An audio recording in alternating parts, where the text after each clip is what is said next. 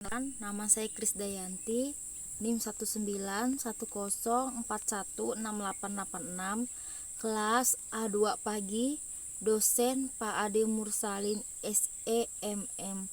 Di sini saya akan mempresentasikan tentang masalah penugasan, assignment problem. Pendahuluan. Masalah penugasan. Masalah pemrograman linear khusus. Masalah pendelegasian tugas atau assignment ke sejumlah penerima tugas atau assignment atas dasar satu-satu one-to-one basis. Jumlah assignment bila tidak harus ditambahkan demi assignment atau assignment atau objekmu. Diperlukan data keuntungan atau kerugian yang ditimbulkan assignment dalam menyelesaikan assignment. Pendahuluan. Masalah bisa minimasi atau maksimisasi.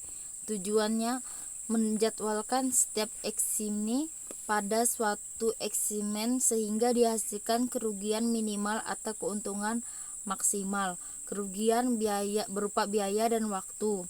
Keuntungan berupa pendapatan, laba, nilai kemenangan. Umumnya diselesaikan dengan metode Hungarian. Metode Hungarian pada tahun 1916 dikembangkan oleh seorang ahli matematika berkebangsaan Hungaria yang bernama De Koning. Sebagai catatan, kasus penugasan dianggap normal apabila jumlah sumber daya yang akan ditugaskan dan jumlah pekerjaan atau tujuan adalah sama.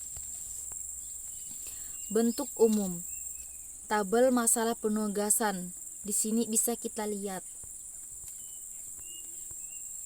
1 A11, A21 di kolom 3 A31 dan seterusnya, di kolom 2 A12, di kolom 2 A22, di kolom 3 A32 dan seterusnya. Di kolom yang ketiga baris pertama A13, yang kedua A23, yang ketiga A33 dan seterusnya. Pernyataan matematis penugasan I pekerja I sama dengan 1, 2, 3 dan seterusnya. Kepada J tugas J sama dengan 1, 2, 3 dan seterusnya dengan biaya sebesar CIJ. Di sini juga tertulis rumusnya. 0 jika pekerjaan ke J tidak dibebankan ke mesin I. 1 jika pekerjaan ke J dibebankan ke mesin 1. Fungsi tujuan di sini dan kendalanya dan ada rumusnya juga.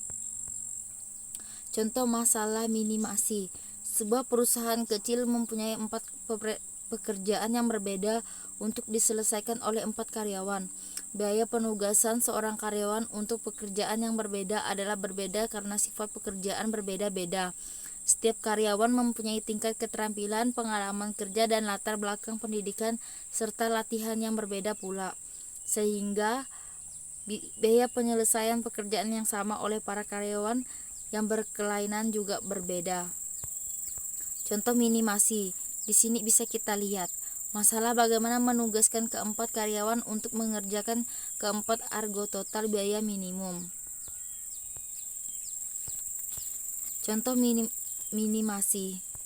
Yang pertama, menyusun tabel biaya dari permasalahan yang dibuat.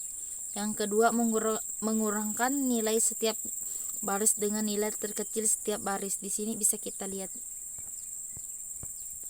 Contoh minimasi. Yang ketiga, diperiksa apakah setiap kolom telah mempunyai nilai 0. Apabila ada yang belum ditentukan nilai terkecil kolom tersebut, kemudian nilai pada kolom tersebut dikurangi dengan nilai terkecilnya. Contoh minimasi yang keempat.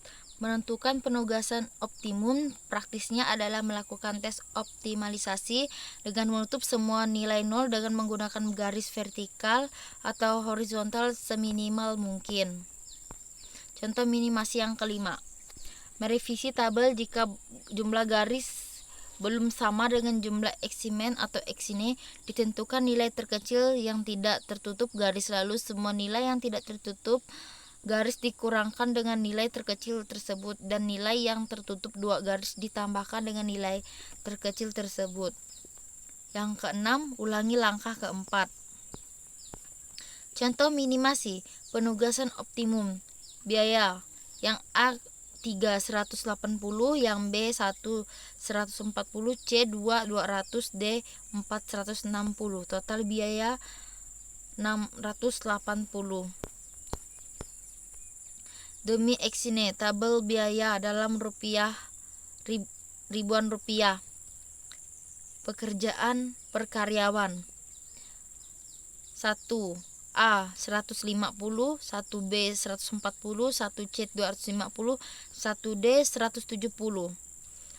2A 200, 2 B 160, 2 C 200, 2 D 180. 3A 180, 3B 210, 3C 230, 3D 180, 4A 220, 4B 170, 4C 200, 4D 160, 5A 200, 5B 210, 2C 175, 5D 180.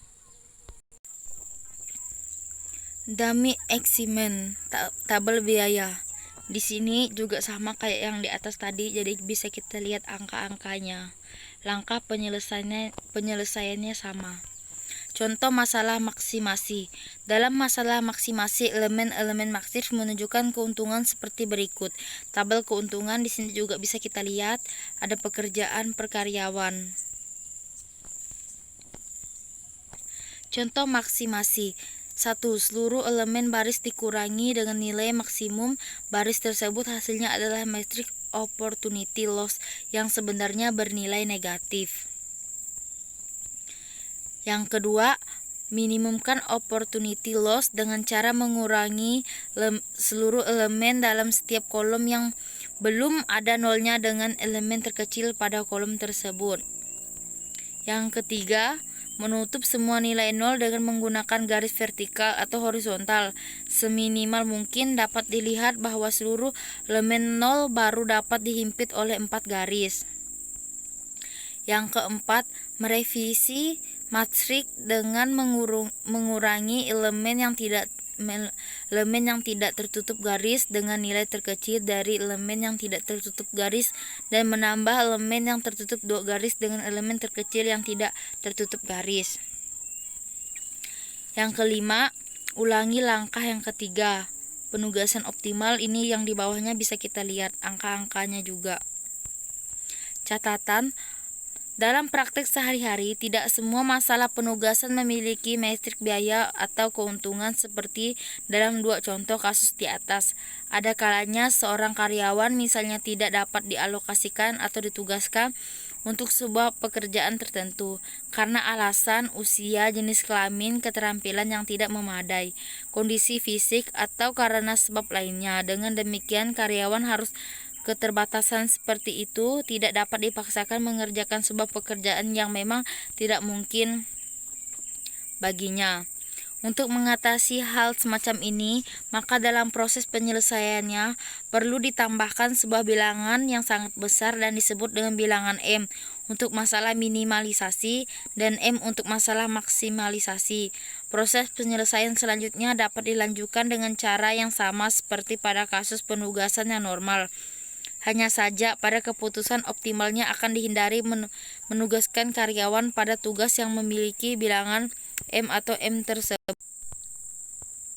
Teori pengambilan keputusan.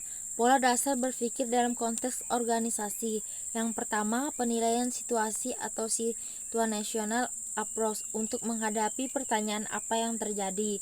Yang kedua, analisis persoalan, problem analisis dari pola pikir sebab akibat. Ketiga, analisis keputusan atau decision analysis didasarkan pada pola berpikir mengambil pilihan. Yang keempat, analisis persoalan potensial atau potential problem analysis didasarkan pada perhatian mengenai peristiwa masa depan, mengenai peristiwa yang mungkin terjadi dan yang dapat terjadi. Inti pengambilan keputusan, penentuan alternatif yang jelas harus alternatif yang terbaik atau the best alternative. Perumusan berbagai alternatif tindakan sesuai dengan yang sedang dalam perhatian dalam pemilihan alternatif yang tepat setelah suatu evaluasi atau penelitian mengenai efektivitas dalam mencapai tujuan yang dikehendaki pengambilan keputusan. Lingkungan situasi keputusan. Yang pertama, lingkungan eksternal. Ada sosial, budaya, ekonomi, politik, alam, dan kuota. Yang kedua, lingkungan internal.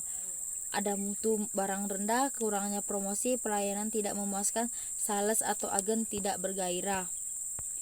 Teknik pengambilan keputusan. Situasi keputusan. Ada kepastian atau certain.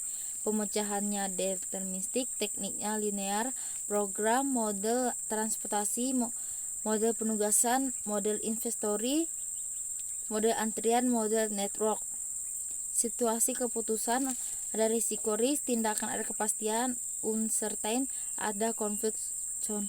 Pemecahan probabilistik tidak diketahui, tergantung tindakan lawan. Teknik model keputusan probabilistik, model inventory probabilistik, model antrian probabilistik. Analisis keputusan dalam keadaan ketidakpastian, teori permainan atau game teori. Teknik pengambilan keputusan certainty. Jika semua keputusan yang diperlukan tidak diperlukan untuk membuat keputusan diketahui secara sempurna dan tidak berubah. Risk. Jika informasi sempurna tidak tersedia tetapi seluruh peristiwa akan terjadi beserta probabilitasnya diketahui. Uncertainty. Jika seluruh informasi yang mungkin terjadi diketahui tetapi tanpa mengetahui probabilitasnya masing-masing. Teknik pengambilan keputusan konflik. Jika kepentingan dua atau lebih pengambilan keputusan berada dalam pertarungan aktif di antara kedua belah pihak, sementara keputusan certainty, risk, dan uncertainty yang aktif hanya pengambilan keputusan. Tujuan analisis keputusan decision analisis mengidentifikasi apa yang harus dikerjakan, mengembangkan kriteria khusus untuk mencapai tujuan, mengevaluasi alternatif yang tersedia yang berhubungan dengan kriteria dan mengidentifikasi risiko yang melekat pada keputusan tersebut.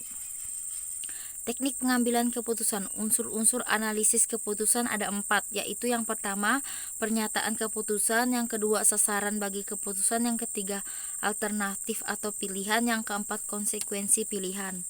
Langkah-langkah dalam pengambilan keputusan ada 6, yaitu yang pertama, rumuskan atau definisikan persoalan keputusan. Yang kedua, kumpulan informasi yang relevan.